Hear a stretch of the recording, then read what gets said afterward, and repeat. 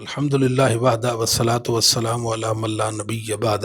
آج آپ کی خدمت میں مختلف سوالات لے کر حاضر ہوئے ہیں۔ پہلا سوال یہ ہے کہ نبی کریم صلی اللہ علیہ وسلم کا یوم ولادت اور وفات کیا ہے؟ یاد رکھیے کہ نبی کریم صلی اللہ علیہ وآلہ وسلم کی ولادت سوموار کو ہی، دن تو معلوم ہے مگر تاریخ معلوم نہیں ہے۔ اللہ کی حکمت میں یہ تھا کہ نبی کریم صلی اللہ علیہ وسلم یا کسی بھی نبی کے یوم ولادت یعنی تاریخ ولادت اور تاریخ وفات کا علم انسانوں کو نہ دیا جائے۔ جب اللہ نے ہمیں علم نہیں دیا تو اس کو خریدنے کی ضرورت نہیں ہے۔ یہ اللہ کو پتہ ہے کہ نبی پاک صلی اللہ علیہ وسلم کی ولادت کس تاریخ کو ہوئی اور وفات کس تاریخ کو ہوئی۔ دوسرا سوال یہ ہے کہ محدثین جو ہیں اپنی کتابوں میں ضعیف اور موضوع روایات ذکر کر دیتے تھے۔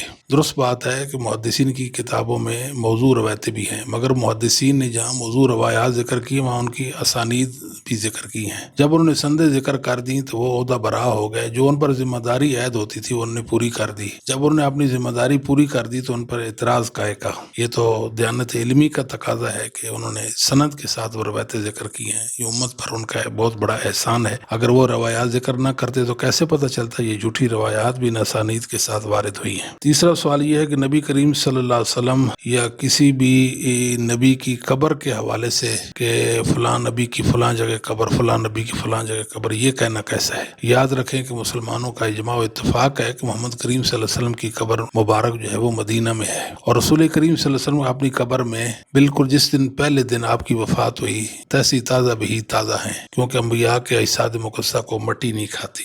مگر آپ صلی اللہ علیہ وسلم کے علاوہ کسی بھی نبی کی قبر کا علم اللہ تعالیٰ نے ہمیں نہیں دیا۔ ملا علی قاری حنفی یہ 1014 ہجری میں فوت ہوتے تھے، اور ان کی کتاب ہے المشرب الوردی، صفحہ 33 ہے، اس کے اندر بیان کرتے ہیں انہو لم یثبت تعیین قبر احد من الانبیاء غیر قبر نبینا صلی اللہ علیہ وسلم، کہ ہمارے نبی کریم صلی اللہ علیہ وسلم کی قبر کے علاوہ کسی نبی کی قبر کا تعین نہیں ہو سکتا۔ تعین نہیں ہے کہ فلاں نبی فلاں جگہ دفن ہے۔ تو اس سے یہ بات بھی واضح ہوتی ہے کہ بعض لوگ جو قبروں سے فیض کے قائل ہیں ان کا رد ہوتا ہے۔ اگر قبروں سے فیض حاصل ہوتا تو اللہ تعالیٰ ضرور بتاتے کہ یہ نبی ہیں اور ان کی یہ قبریں ہیں۔ چوتھی بات یہ ہے کہ بعض لوگ جو ہیں وہ خلافت کی بات کرتے ہیں، جی خلافت جو ہے نا وہ قائم ہونی چاہیے، اور اس کے لیے وہ کوشش بھی کرتے ہیں، اور انہوں نے باقاعدہ سے تنظیمیں اور تحریکیں بنا رکھی ہیں۔ یاد رکھیں کہ اصل میں ہمارا کام جو ہے وہ یہ ہے کہ اللہ کے دین کو سب سے پہلے سیکھا جائے، علم حاصل کیا جائے، اور پھر دین پر عمل کیا اور دین کو نشر کیا جائے، اور اسلامی عقائد جو اہل السنہ والجماعت کے عقائد ہیں ائمہ دین کے، ان عقائد کو اپنایا جائے، اور اہل السنہ کے جو اعمال ہیں محدثین اعظام کے، صحابہ کے،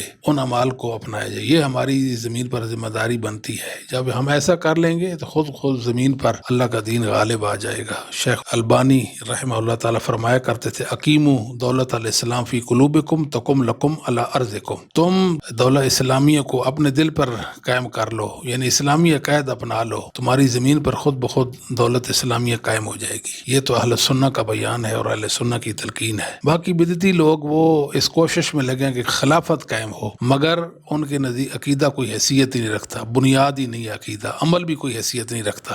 اگر کوئی زانی بھی ہے، بدکار، سود خور، وہ ان کے اس نظریے سے موافقت رکھتا ہے تو وہ اس کو اپنے ساتھ ملا لیں گے۔ یہ نہیں دیکھیں گے کہ اس کا کردار برا ہے، یہ نہیں دیکھیں گے اس کا عقیدہ برا ہے، وہ یہ خیال کرتے ہیں کہ یہ ہمارا ساتھی بن گیا ہے، لہذا ہماری تحریک کا یہ حصہ ہے، لہذا اس کو بھی ساتھ چلانا چاہیے۔ پر یہ وہ لوگ باتیں کرتے ہیں جو عقائد اسلامیہ سے ناواقف ہیں۔ بعض لوگ یہ پوچھتے ہیں کہ بعض راوی ایسے ہیں جن کو آپ حدیث میں حجت نہیں سمجھتے تو ان کو تاریخ میں حجت سمجھنا چاہیے۔ ہم کہتے ہیں کہ یہ بات کرنے کا حق محدثین کو ہے، غیرے کو نہیں ہے۔ اگر محدثین کسی راوی کو حدیث میں ضعیف کہتے ہیں اور تاریخ میں ثقہ کہتے ہیں تو ہم محدثین کی بات کو مانیں گے، ان کی بات کو لیں گے۔